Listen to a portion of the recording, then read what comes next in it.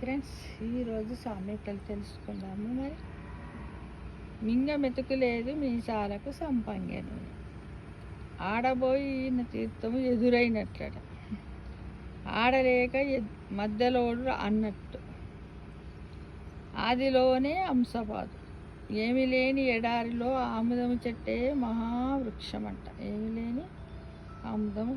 ఆకలి రుచి ఎరుగదు, నిద్ర సుఖం ఎరుగదు, ఆకాశానికి హద్దు లేదు,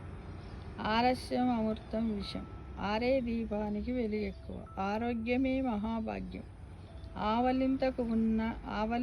అన్న ఉన్నాడు కానీ తుమ్ముకు తమ్ముడు లేడట, ఆవు చేన్లో మేస్తే దూడ గట్టున వేస్తుందా, అబద్ధం ఆడినా అతికినట్టు ఉండాలి అని చెబుతూ ఉన్నాడు.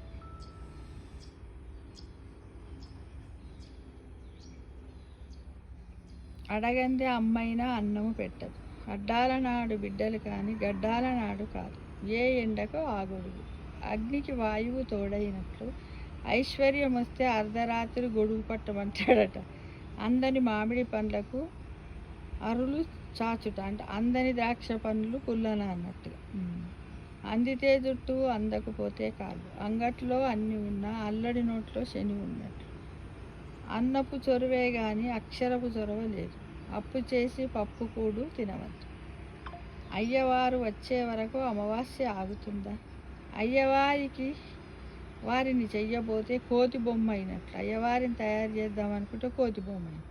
బతికుంటే బలసాకు తినవచ్చు, భక్తి లేని పూజ పత్రి చేటు, బూడిదలో పోసిన పన్నీరు, చాదస్తపు మొగుడు చెబితే వినడు, గిల్లితే ఏడుస్తాడు, చాప కింద నీరుల,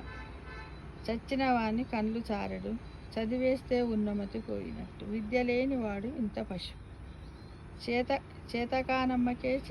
చేష్టలు ఎక్కువ, చేతులు కాలాక ఆకులు పట్టుకున్నట్లు. ఇవి ఫ్రెండ్స్ ఈరోజు చెప్పుకున్న సామెతలు.